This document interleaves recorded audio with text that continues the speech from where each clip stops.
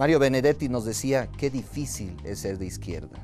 Hoy, 19 de abril de 1953, recordamos justamente este proceso histórico que hemos vivido y que con eso llevamos ya 53 años de la batalla de Playa Girón.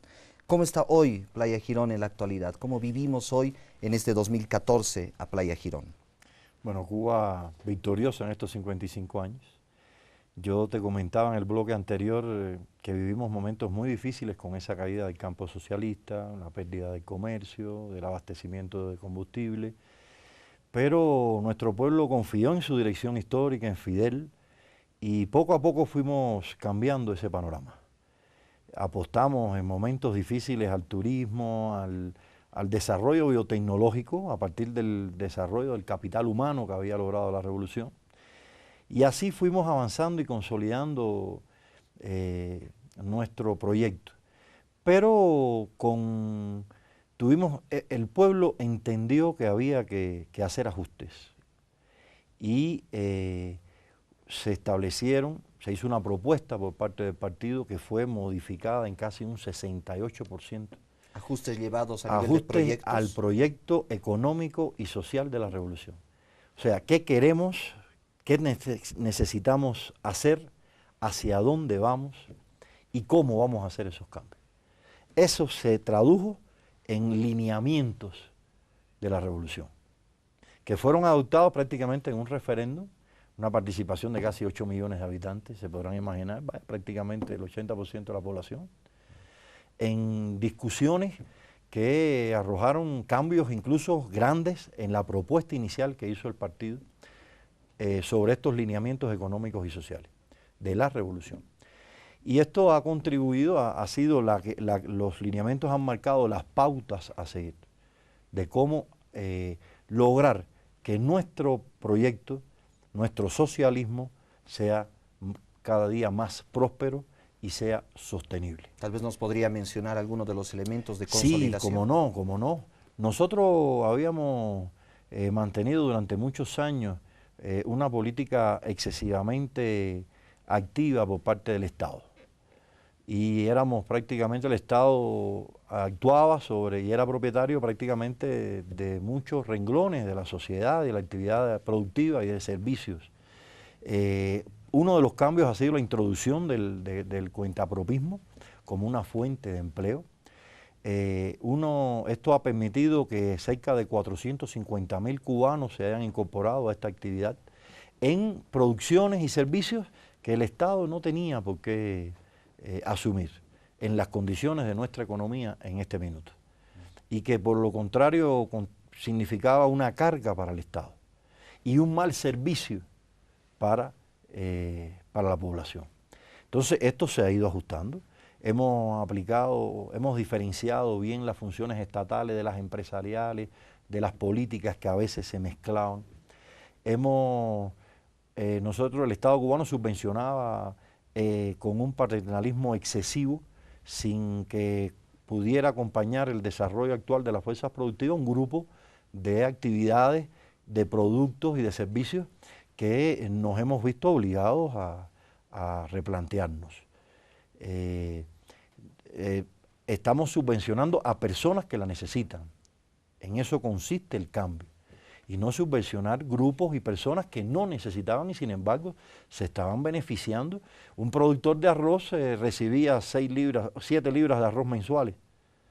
Un niño de un día de nacido recibía 7 libras de arroz, que no las comía. Cosas de esa naturaleza, eso sigue ocurriendo todavía hasta nuestros días.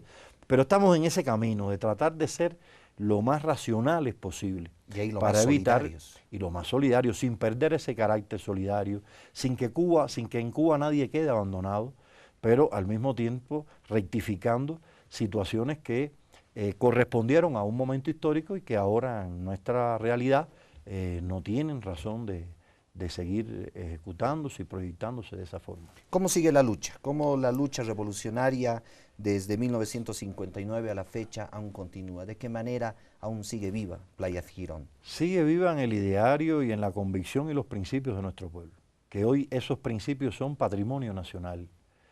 Esos principios en los que nos hemos ido educando han determinado quizás la principal fortaleza de nuestro proyecto revolucionario. Una revolución sin respaldo popular no tiene sentido ni puede materializarse, y mucho menos sostenerse en el tiempo.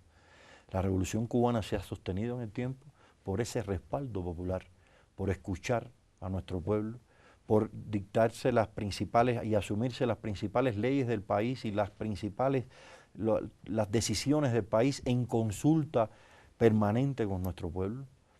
Esa es la gran fortaleza de la Revolución Cubana y esas conquistas que obviamente tienen un impacto sobre nuestro pueblo al cual nadie quiere, por supuesto, renunciar. Tal vez podemos retrotraer acá al subcomandante Marcos.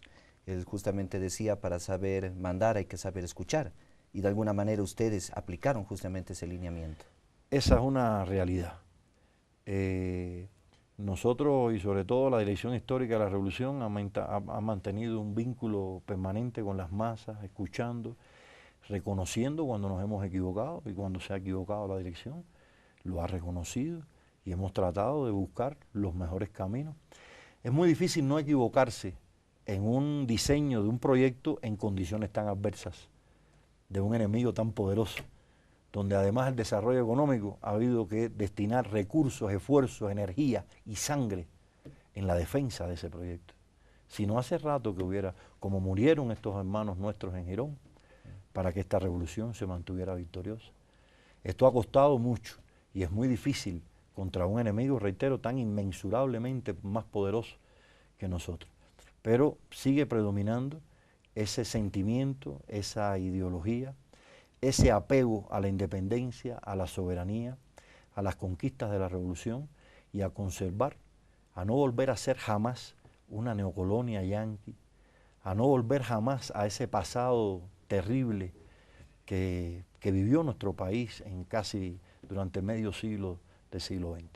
Conceptualmente muchos autores nos hablaron que la revolución es un cambio total de estructuras y creo que eso lo hemos visto desde ese 1 de enero de 1959, pasando por un 17, un 19 de abril con la batalla de Playa Girón.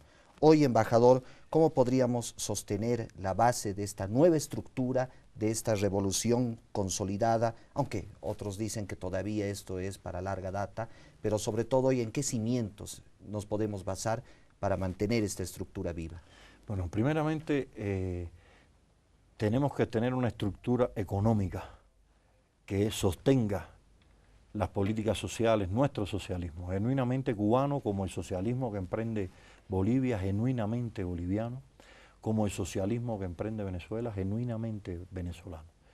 Hay matices y los proyectos están sustentados en las condiciones de cada uno de nuestros países. Pero de cualquier forma, para sustentar un proyecto social, tiene que haber una economía que la sustente.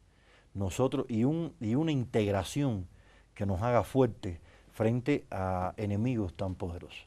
Yo creo que aquí descansan las dos bases esenciales. Tenemos que lograr por todos los medios que nuestros proyectos tengan un sustento eficiente, económico, que permita consolidar, establecer y consolidar y desarrollar políticas sociales en beneficio de nuestros pueblos. Y eso lo podemos mantener, consolidar y desarrollar en función de la efectividad de los mecanismos de integración y de defensa que tengamos entre todas las revoluciones y todos los proyectos que estamos apostando por nuestra segunda y definitiva independencia. Esta revolución continúa, sigue viva y de alguna forma también Playa Girón está en ese contexto.